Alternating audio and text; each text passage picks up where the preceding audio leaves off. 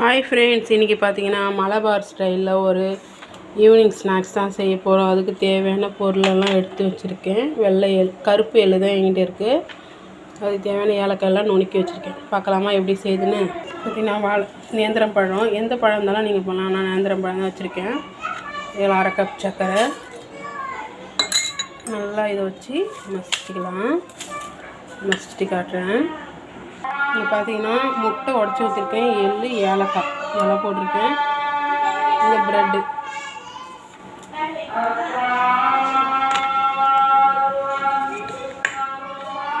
நல்லா பிசைஞ்சு எடுத்துக்கலாங்க. நல்லா பிசைஞ்சு வச்சு இப்போ நான் எண்ணெயும் சூடாகிட்டுருக்கு. இதெல்லாம் போட்டு எடுத்துடலாம்.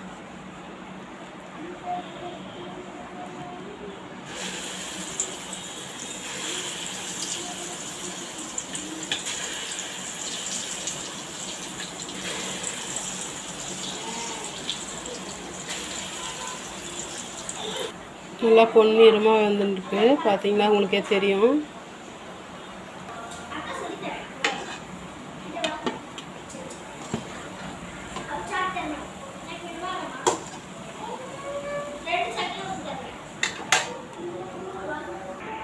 சுட சுட மலபார் ஸ்டைலில் நல்லா கிறிஸ்பியாக உள்ள சாஃப்டாக பார்த்தீங்கன்னா எப்படி இருக்குது பாருங்கள்.